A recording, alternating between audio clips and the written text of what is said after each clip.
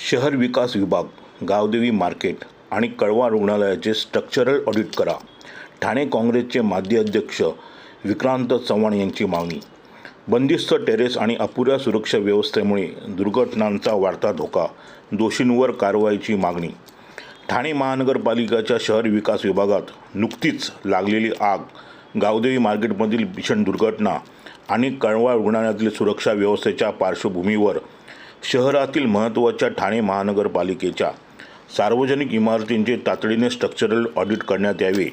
तसेच पालिका मुख्यालयातील पदाधिकाऱ्यांच्या केबिनसाठी बंदिस्त करण्यात आलेले टेरेस सज्जे त्वरित मोकळे करण्यात यावेत, अशी मागणी ठाणे काँग्रेसचे माजी अध्यक्ष विक्रांत चव्हाण यांनी आज एका पत्रकार परिषदेत केली आहे.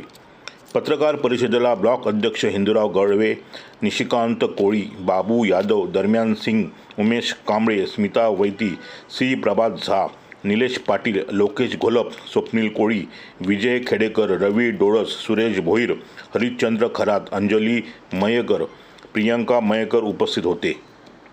स्थानिक नगरसेवक सुद्धा हप्ते घ्यायचा, अजूनही तो नगरसेवक आहे, तो हप्ता घ्यायचा.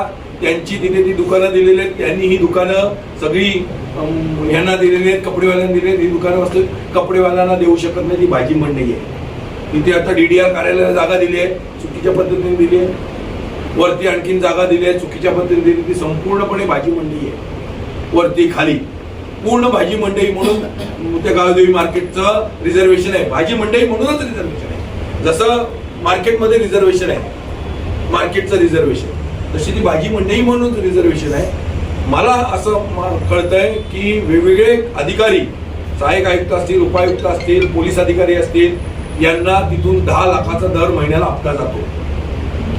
पोट करून घ्या, 10 लाखाचा हप्ता जातो. त्यामुळे उच्चस्तरीय चौकशी या सगळ्या प्रकरणाची झाली पाहिजे. जी लोक मेली, आता गेले 2 कर्मचारी, आज हे राजकीय पुढारी गेले, 10 लाखाचे चेक दिले. गेलेला माणूस परत येऊ शकतो का? मनोज, तुम्ही आणि आम्ही परत येऊ शकतो का? मग का झालं?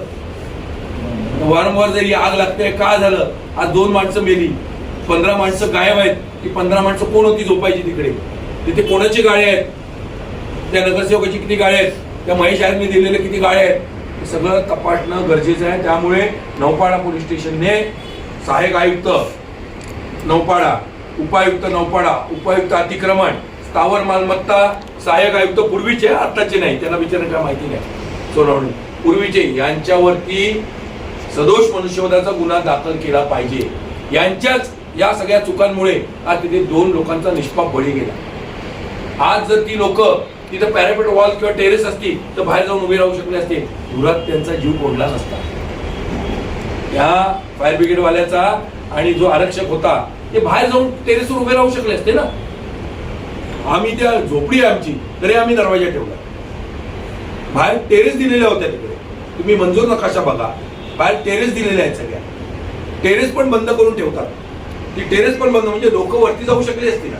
ती नशीब रात्री आग लागली, ती दिवसा लागली असते. तुम्ही तिथे बघा, बाजार सगळा, संपूर्ण बाजार, पाठचा रस्ता ऑक्युपाईड आहे, 9 मीटर 6 मीटर माहिती आहे. सुनील पाटीलला मी काल विचारलं, आपली बिल्डिंग मंजूर आहे का आपला शहर विकास? तो तुम्हाला तपासावं लागेल. ही शोकांती काय आहे?